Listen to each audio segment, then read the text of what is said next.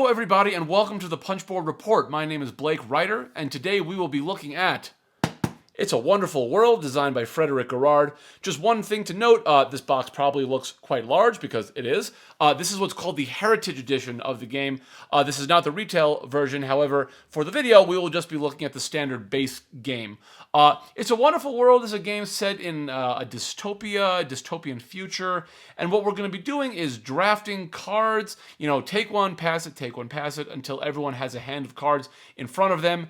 And then you'll have to decide which buildings you want to what's called recycle. So recycle them now to get resources at the moment, versus which buildings you want to put into production to produce resources later down the line. So let's take a look at it on the table, and then we'll come back and discuss my opinion. Okay, this is the setup for It's a Wonderful World, and what we're going to be doing is everyone's going to get dealt a hand of 7 cards, and then you're going to take one and pass it to the person next to you, and you're going to get cards from the person next to you, and then you take one, and then you keep passing them around and take one and pass, until you basically have a hand of 7 cards that you drafted and selected. And then when you're done with that, it might look something like this. So what are we actually trying to achieve here? Now, at the beginning of the game, everyone's going to be given one of these cards, and these cards give you starting levels of production, okay? So right now, I have 2 grays, a black, and a green. So at the every single round, we're going to produce resources in this order, going from left to right, and I'm going to be able to get 2 gray, a black, and a green. Now, these cards, some of these cards will give you additional production, so when you build them, you'll then put them on top, and then now I will produce 3 gray and a blue in addition to my black and my green. Some cards also give you points, and some give you a combination of the two. So, for example, this card will give me 1 point for every yellow card that I have built. This card will give me 2 points for every yellow card that I've built, whereas this one will just give me 10 points, okay?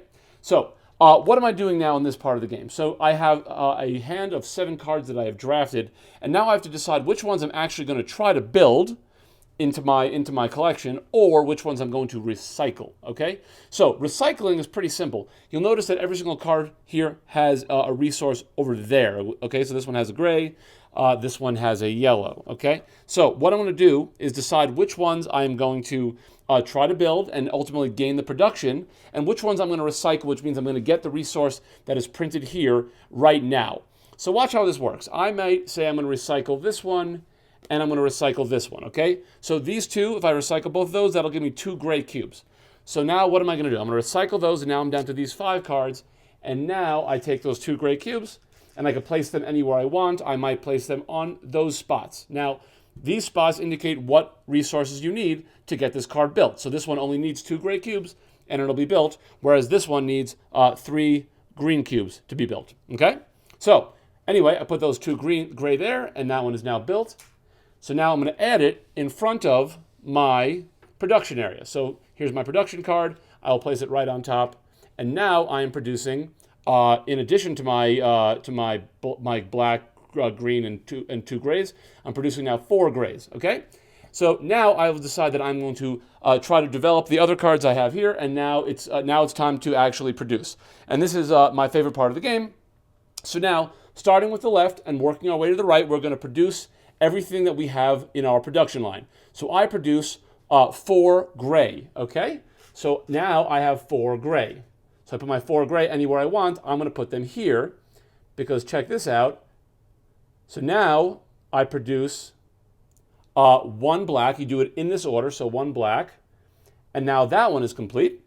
So now this one goes here as well.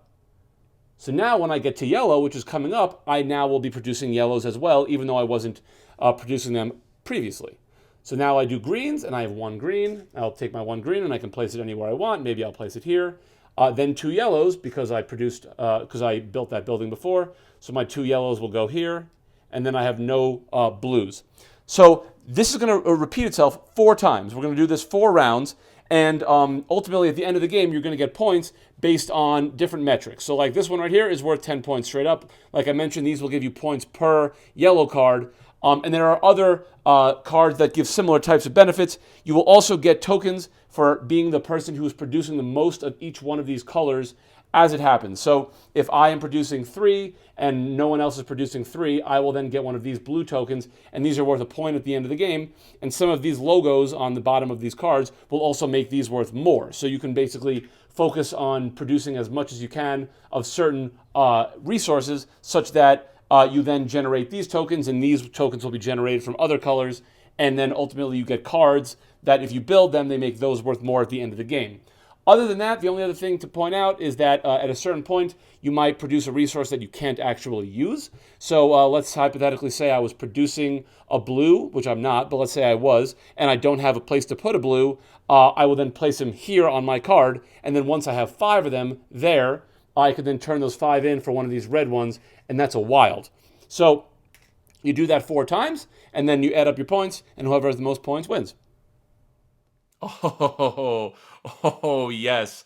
Yes, yes, yes. This game is awesome. So good, an absolute gem. For me, at least. I think it is fantastic. And I think one of the things that makes the game so good is the fact that the rule set is just so simple. I can explain it to most people. You just draft cards, decide which ones you want to recycle now, get your cubes, put them down, put the rest into production, and then you run the production line and you allocate your cubes, and then you repeat 4 times. Wash, rinse, repeat. That's it. But what's crazy is that the depth and the depth of the decisions that go into playing the game, the complexity of the thought process that you have to use to actually make those decisions, that's what makes the game fantastic. So let's start from the top. Art. I think art is very, very cool. It's very, very like creepy, but like in a good way. Creepy, good creepy. Is that a thing? But it's like kind of like Ready Player One or like Hunger Gamesy. If you can even use that as an adjective, it's very cool. It creates a vibe at the table, and it's just really captivating. The cards. There are so many cards. What is it? There's 150 cards in the game. Now, they're not all unique, but there's mostly unique. And there are just so many, so you can play the game completely differently every single time. And, I played this game a few weeks ago with a buddy of mine, and it was interesting. There was very few scoring cards, these cards with the little scoring metrics in the bottom left corner. Very few of them in the game in play. So, the game just became all about those supremacy bonuses, which are the bonuses that you get when you are producing more of a resource than anyone else at the table, and you get those tokens, which are worth points. The game became all about that because that was the way to get points, and it was just cool that the game just spit that out, and then we just had to adapt, and very, very cool.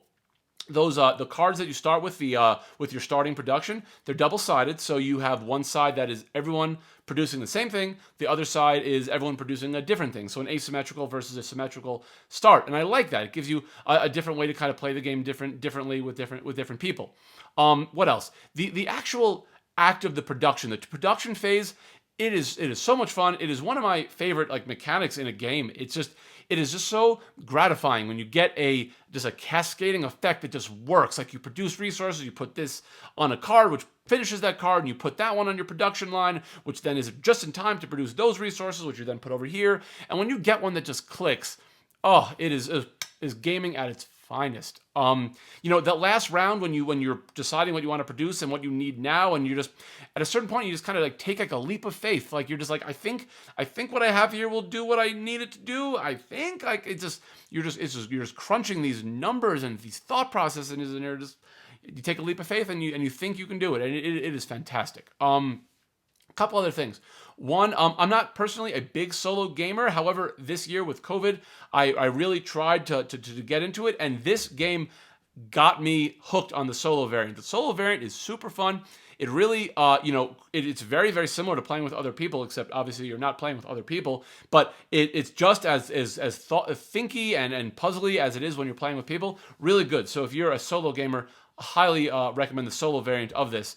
And lastly, so I mentioned this is what's called the Heritage Box. It comes with some extra content.